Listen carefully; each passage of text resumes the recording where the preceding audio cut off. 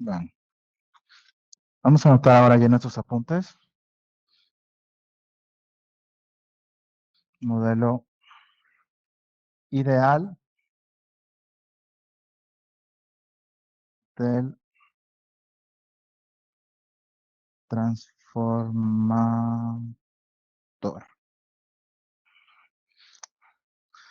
Vamos a primero que nada, antes de entrar a modelos más complejos, un poquito más elaborados, más reales también del transformador, vamos a comenzar por primero ver un modelo simplificado donde no tomamos en cuenta todas las situaciones que ocurren, pero que nos va a permitir un primer acercamiento al transformador.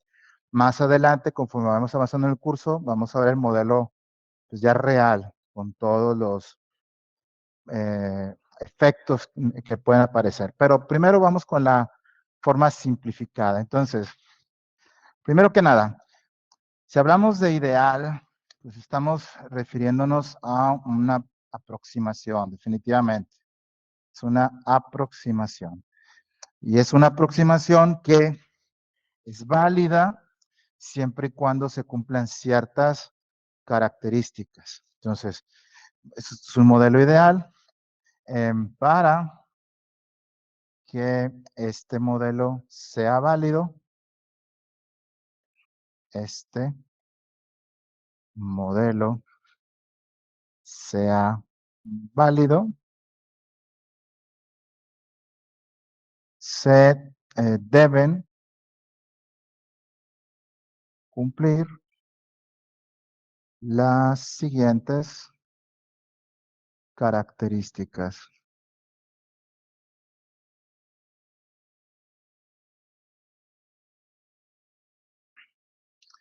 Bien, vamos una por una. La primera de ellas, habíamos comentado que en el caso del transformador, pues tenemos un núcleo magnético y tenemos bobinas. Primera consideración para que se pueda utilizar un modelo ideal es el siguiente. Las bobinas no tienen pérdida magnética en su transferencia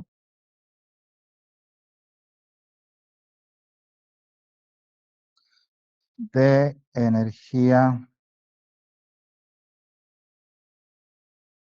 al núcleo.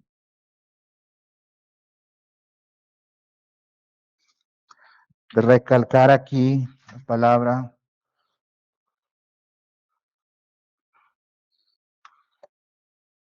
no tienen pérdida.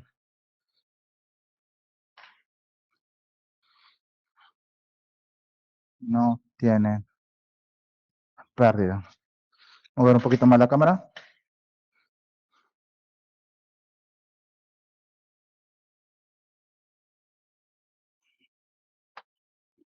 Bien, ¿a qué nos referimos con esto? Bueno, en parte ya lo habíamos discutido un poco. Habíamos comentado que si tenemos una parte del núcleo ferromagnético y a ese núcleo tenemos pues nuestras devanados de la bobina.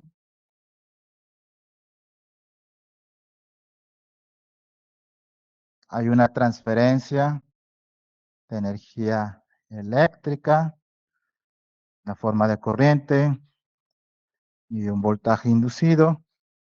Y esa energía se transfiere en forma magnética. Pero si esto va a ser ideal, toda la energía eléctrica que se aplique aquí, toda la energía eléctrica, toda va a pasar a ser flujo magnético. O sea, no hay ninguna pérdida, estamos asumiendo, o por lo menos no son significativas, son mínimas para que podamos considerar esa simplificación. Es decir, cualquier campo que no quede atrapado en el núcleo es despreciable, es mínimo. Entonces, esta es la primera, digamos, consideración que debe cumplirse para que podamos considerar un modelo ideal. Una segunda tiene que ver también con las bobinas. Las bobinas, además de no tener pérdidas magnéticas, no tienen pérdidas eléctricas. No tienen pérdida eléctrica significativa. No hay pérdida magnética, no hay pérdida eléctrica tampoco. No hay pérdida magnética, no hay pérdida eléctrica. ¿A qué nos referimos con que no haya pérdida eléctrica? Bueno, un conductor, platicamos el otro día, a final de cuentas, un conductor muy largo, por, por más conductor que sea, tiene una cierta, pues, resistencia, ¿cierto? Puede ser en décimas de ohms, centésimas de ohms, pero existe esa resistencia. Y esa resistencia, por pequeña que sea, pues va a producirme un consumo de potencia. Pasar aquí la corriente, pues me va a generar un determinado consumo de potencia, que pues es una pérdida.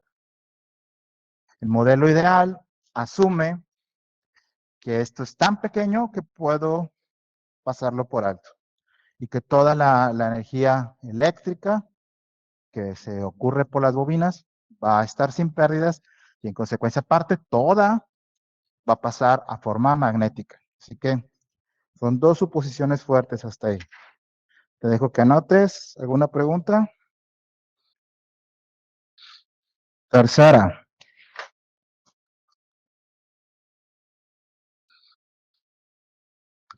no hay pérdidas magnéticas en el núcleo. No hay pérdidas en el núcleo.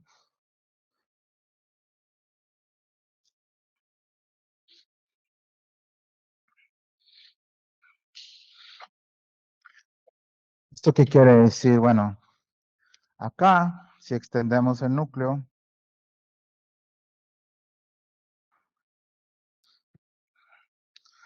al momento que el flujo magnético va a través del material, lo platicamos el otro día, pues esas líneas de flujo van a encontrar pues también una cierta oposición a que el flujo magnético vaya a través de él. Puede ser en forma de corrientes parásitas, puede ser en forma de histéresis, puede ser en forma de imperfecciones en la densidad de cómo está construido el material.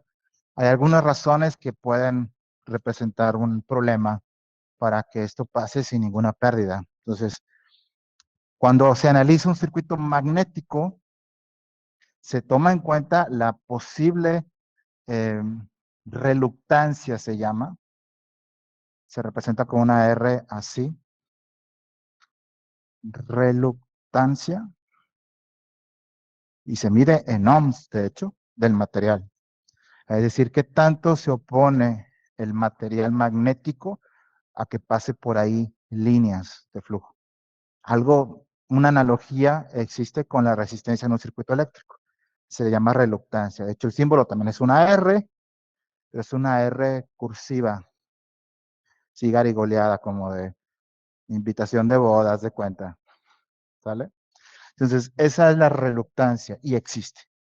Bueno, para el modelo ideal, pues hay que considerar que eso es mínimo y no me afecta considerablemente. ¿Ok? Entonces, son tres situaciones, ya, tres suposiciones fuertes que nos permitirían trabajar con el modelo ideal. No estamos tomando en cuenta la reluctancia del material. Bien, una última que podríamos citar aquí tiene que ver con lo siguiente, cuarta. ¿Todavía se ve? Sí, cuarta. La curva, no, mejor dicho, curva, no. La relación entre corriente y flujo magnético es lineal.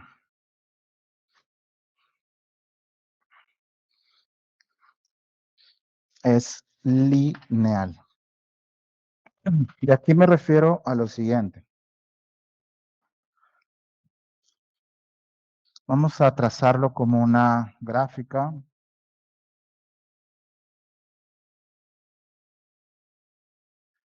Corriente y flujo magnético inducido en el material. ¿Ok? Lo que estamos considerando aquí como una condición ideal es que si nosotros aumentamos, imagínate que está el circuito apagado y yo aumento un poquito la corriente, sube el flujo magnético. Si yo le sigo subiendo la corriente, el flujo magnético sigue aumentando, sigo colocando más flujo magnético en el núcleo y así sucesivamente, de tal manera que esto me pinta una línea recta, ¿ok? Es decir, a mayor corriente, mayor flujo magnético, mayor magnetismo inducido en el material. Esa relación, aquí estamos suponiendo que es una línea recta, es una situación lineal. Esto quiere decir que la corriente es directamente proporcional al magnetismo en el núcleo.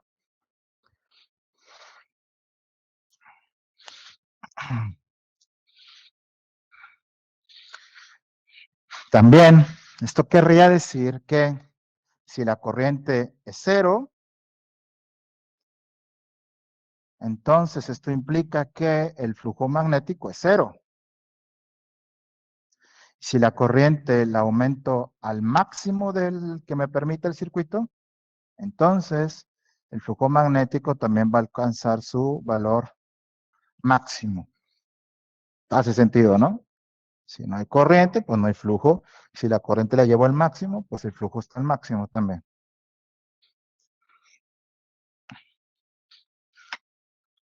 ¿Lo tienen? ¿Esto pasa en la realidad?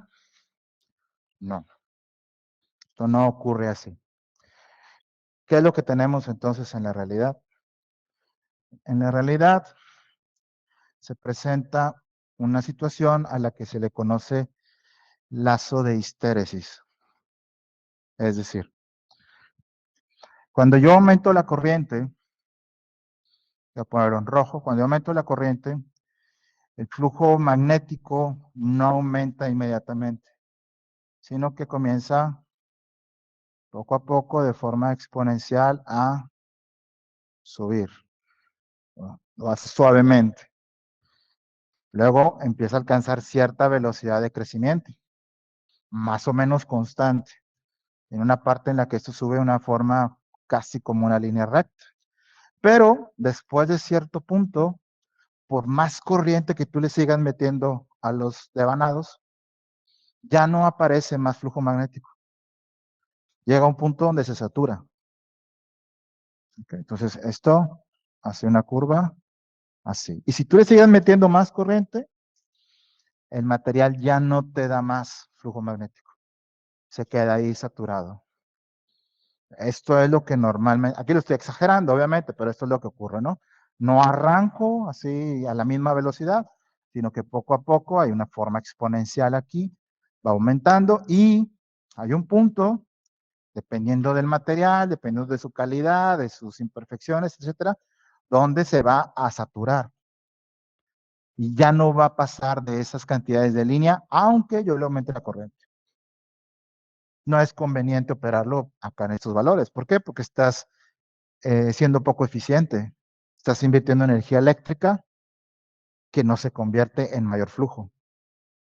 Eso no tiene sentido. En todo caso, yo lo opero hasta aquí y ya. Bien. Entonces, como ves, la curva en rojo, una curva de magnetización, se le llama curva de magnetización, es lo que ocurre en la realidad y es distinto, muy distinto a esta línea recta, línea que asumimos ocurre en un transformador ideal. ¿De acuerdo? Bien, todavía peor, para hacerlo peor todavía esto, el material magnético, de acuerdo a sus propiedades, tiene algo similar a una memoria. Es decir, se comporta de una manera distinta cuando tú lo energizas de cero a su saturación a cuando tú lo desenergizas. Eso es interesante. Hay pocos elementos en la naturaleza que tienen ese comportamiento. El magnetismo es uno de ellos. Cuando tú lo vas magnetizando, se comporta en esta forma. Pero si yo poco a poco voy quitando la corriente, la voy disminuyendo, uno esperaría que se regresara por donde mismo, ¿no? Pero no ocurre así. El material hace algo así. Baja aquí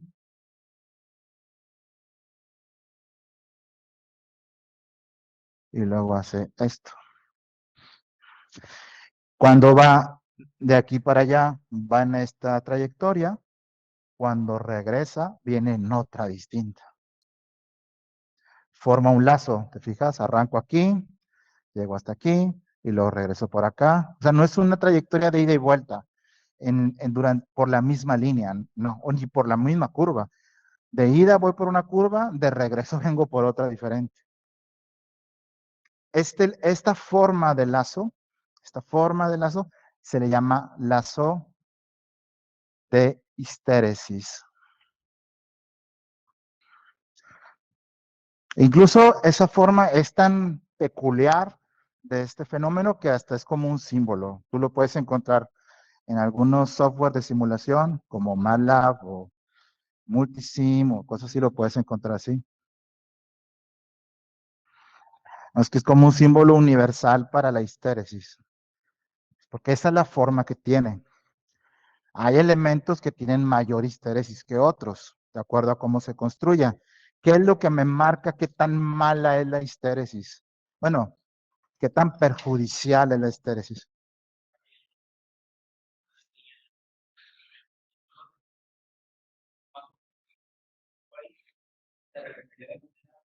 No, regresa por otro.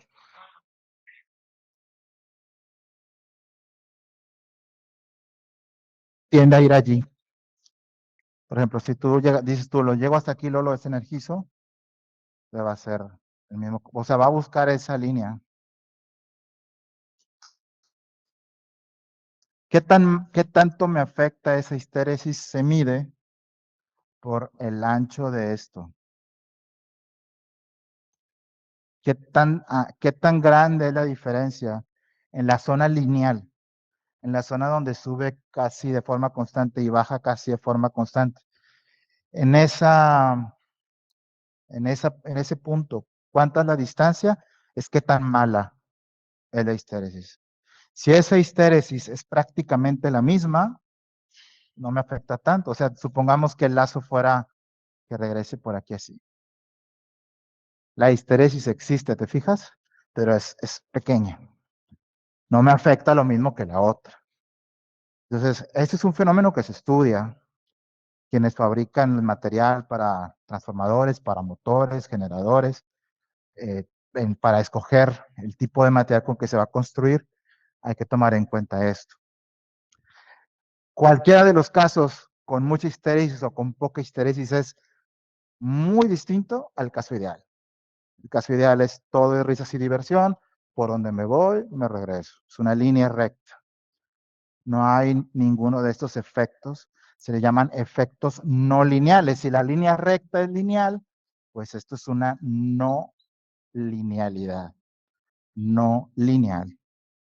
Una cosa que es lineal, si hablamos de ecuaciones, una cosa lineal se caracteriza por, pues tú lo sabes, multiplicaciones, sumas, restas, cosas sencillas.